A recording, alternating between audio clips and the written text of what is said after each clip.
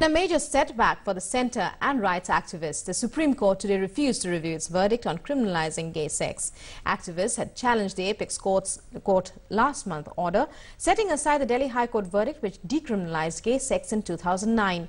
The Supreme Court on December 11th last year had set aside the judgment of the Delhi High Court, saying that Section 377, unnatural sexual offences of the IPC, does not suffer from the vice of unconstitutionality and that the declaration made by the High Court is legally unsustainable.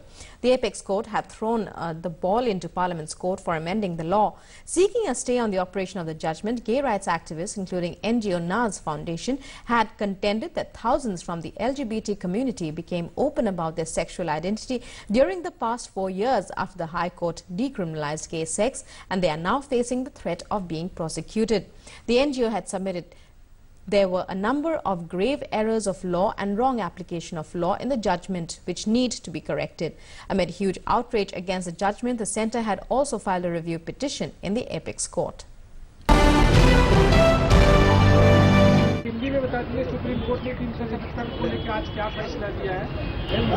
Supreme court ने आज जो review petition थी उसको नाकार कर दिया है। ये अभी हमें खबर मिली है और उसका पुष्टि भी हमने करवा लिया है। तो इसके संदर्भ में हम जो भी हमारे कानूनी विकल्प हैं उसका हम उपयोग करेंगे और आगामी अवधि में हम क्यूरेटिव पिटिशन भी फाइल करने की और ऑप्शन और भी हैं, वो अभी हमने एग्जामिन नहीं किए हैं, तो हम करेंगे और हैं अभी आप लोगों के लिए आज के बाद 377 के तहत संलग्नता अपराध माना जाएगा। माना गया है 11 दिसंबर 2013 से माना गया है और अभी जारी रहेगा कि वो अपराध है।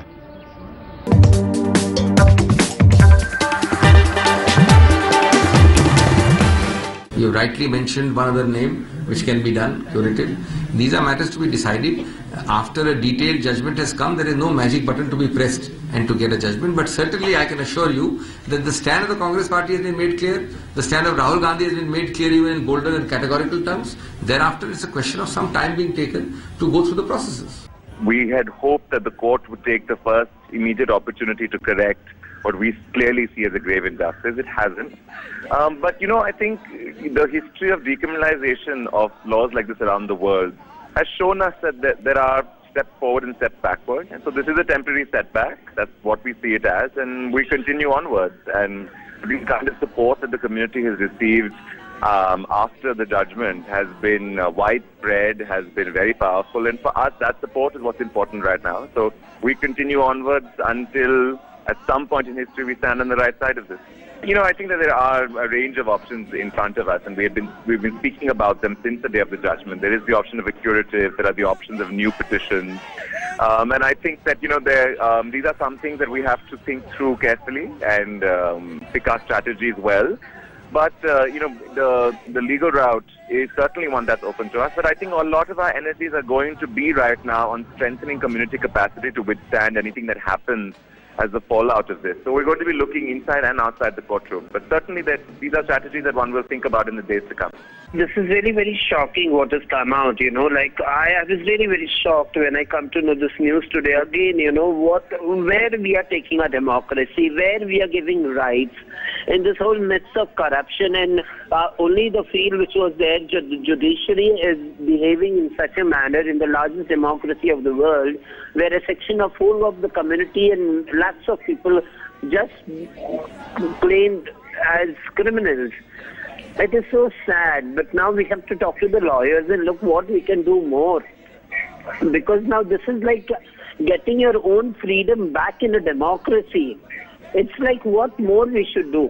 Like we should behave like the parties having dharnas at places, but that is not the option. We are looking at the way in which the society doesn't get disturbed and the rights of people should be taken care of. I believe even if I'm the lastest gay or a lesbian or a transgender, the only one, but the Constitution says I have right to life, I have right to dignity, I have right to privacy, and I don't know where we are moving. Are we not respecting our own Constitution, and which is really sad.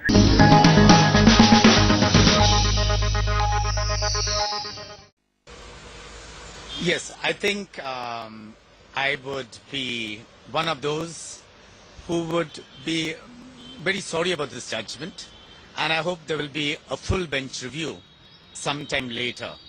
I don't think really that who are we to judge whether an act of this nature is criminal or not. There are persons with different orientations. Let's respect differences and let's try to decriminalize this. We will take forward a protest not only legally but also culturally and socially. The slogan of the movement is 377, no going back, and we had a global day of rage following the decision of the Supreme Court, and will continue to protest both within and outside, as it were.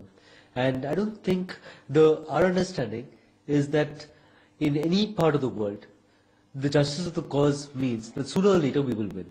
It's only a question of time. So we will take the struggle forward in all ways possible.